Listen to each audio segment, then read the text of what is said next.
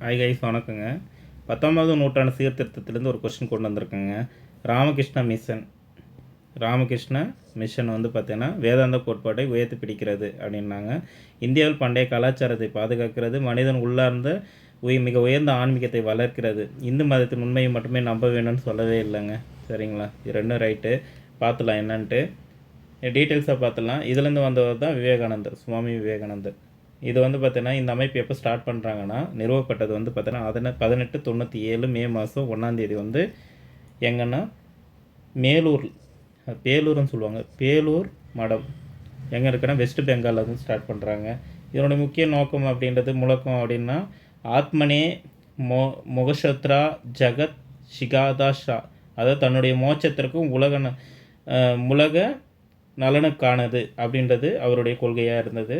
சரிங்களா? அடுத்து வந்து பார்த்தீங்கன்னா முக்கியமானது பார்த்தீங்கன்னா சமய நல்லிணக்கத்தை வந்து பார்த்தீங்கன்னா இவர் போதிக்கிறாரு அப்படின்றது சொல்லியிருப்பாங்க.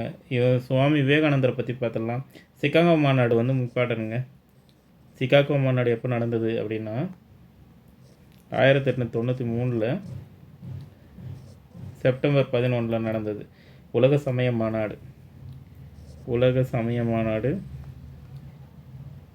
அதில் தான் வந்து பார்த்தீங்கன்னா சகோதர சகோதரிகள்னு சொல்லியிருப்பார். இவருடைய பிறந்தநாள் வந்து பார்த்தீங்கன்னா தேசிய இளைஞர்கள் தினமாக கொண்டாடுறாங்க. தேசிய இளைஞர்கள் தினம் என்றைக்குன்னா ஜனவரி 12 இளைஞர் தினமாக கொண்டாடுறாங்க. இவருடைய நூல்கள் இருக்குது. நூல்கள்னு பார்த்தோன்னா சுவாமி விவேகானந்தரது ஞான யோகம், ராஜயோகம், கர்மயோகம்,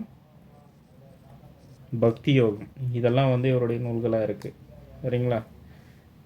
வீடியோ பிடிச்சிருந்தா லைக் பண்ணுங்கள், சப்ஸ்கிரைப் பண்ணுங்கள், ஷேர் பண்ணுங்கள். ராமகிருஷ்ண மிஷனை வந்து 19ஆம் நூற்றாண்டு நம்ம சேனலில் பெருசாக டீட்டெயில்ஸாக போடலாம்.